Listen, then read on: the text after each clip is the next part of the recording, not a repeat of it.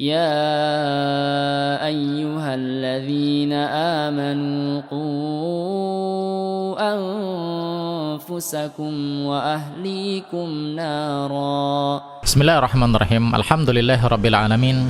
Wassalatu wassalamu ala asyrafil anbiya'i wal mursalin wa ala alihi wa ashabihi wa man tabi'ahum bi ihsanin ila yaumiddin. Ikhwani wa akhwati fillah, teman-teman sekalian rahimani wa rahimakumullah, kita ketemu lagi dalam program Nyatat Tanya Ustaz.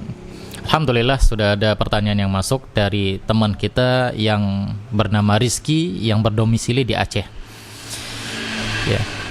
Bismillahirrahmanirrahim. Assalamualaikum.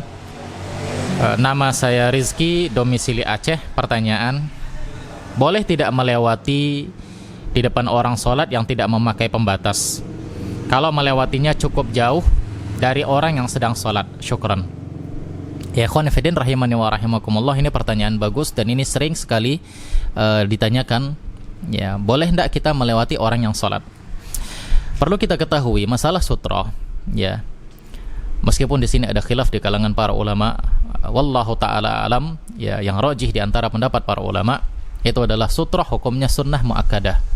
Ya, sutra hukumnya sunnah muakkadah.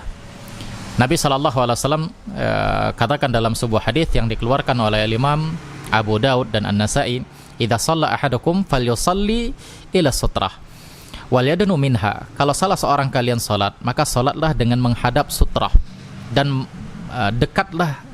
mendekatlah kalian kepada sutrah tersebut. Dalam riwayat-riwayat yang lain, Nabi SAW terkadang salat tanpa menggunakan sutrah. Ya, demikian juga dalam riwayat Abdullah bin Abbas, ya.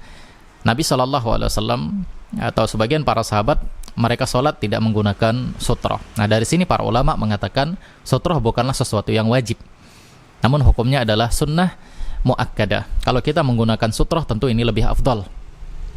Kemudian ikhwan fillah rahimani wa rahimakumullah, kita jelaskan dulu jarak sutrah antara kita dengan sutrah itu, berapa jaraknya, ya. Dalam sebuah hadis disebutkan seperti yang dikeluarkan oleh Imam Muslim, ya, kana baina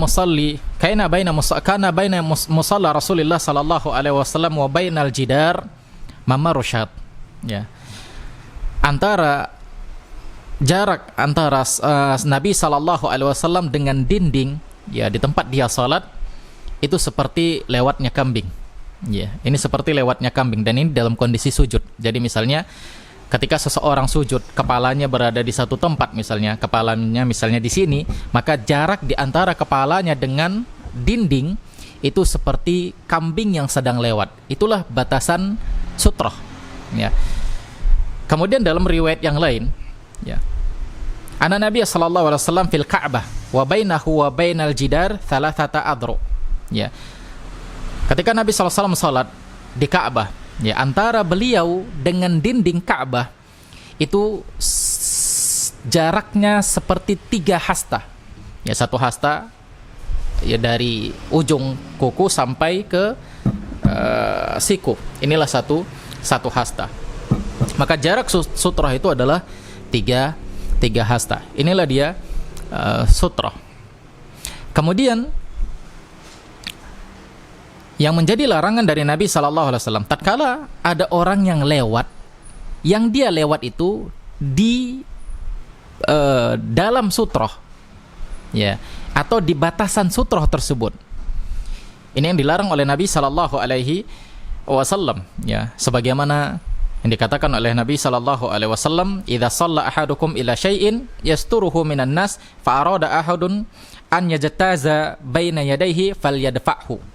Nabi SAW mengatakan, kalau salah seorang kalian salat dan dia gunakan sutroh dari manusia, dan ada seseorang yang ingin melewati sutroh tersebut, di antara dia dengan sutroh ada orang yang ingin melewatinya, maka Nabi katakan falyadfa'hu, ya, cegah orang itu, cegah orang tersebut. Jadi misalnya kita di sini salat, di sini sutroh kita, ya, kita salat di sini sutroh kita, kemudian ada orang yang lewat di hadapan kita, maka hendaknya kita cegah dengan tangan kita atau dengan sesuatu yang bisa kita cegah.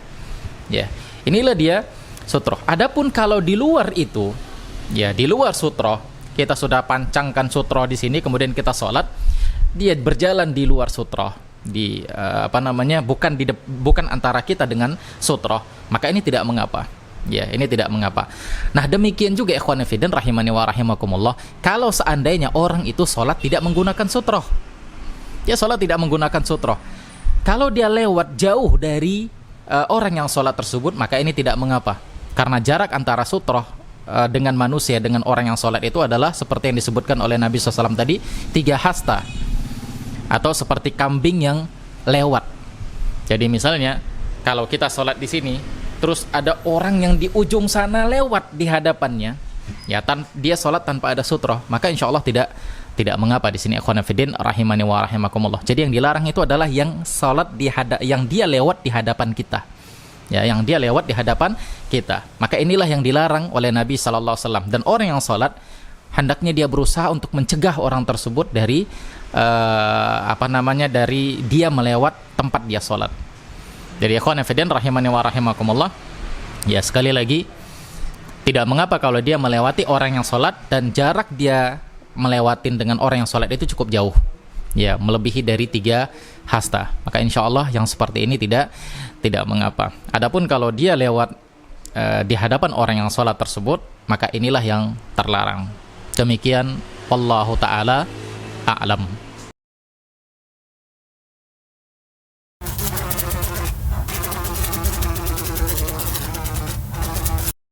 Madu Hunain, madu hutan asli Indonesia.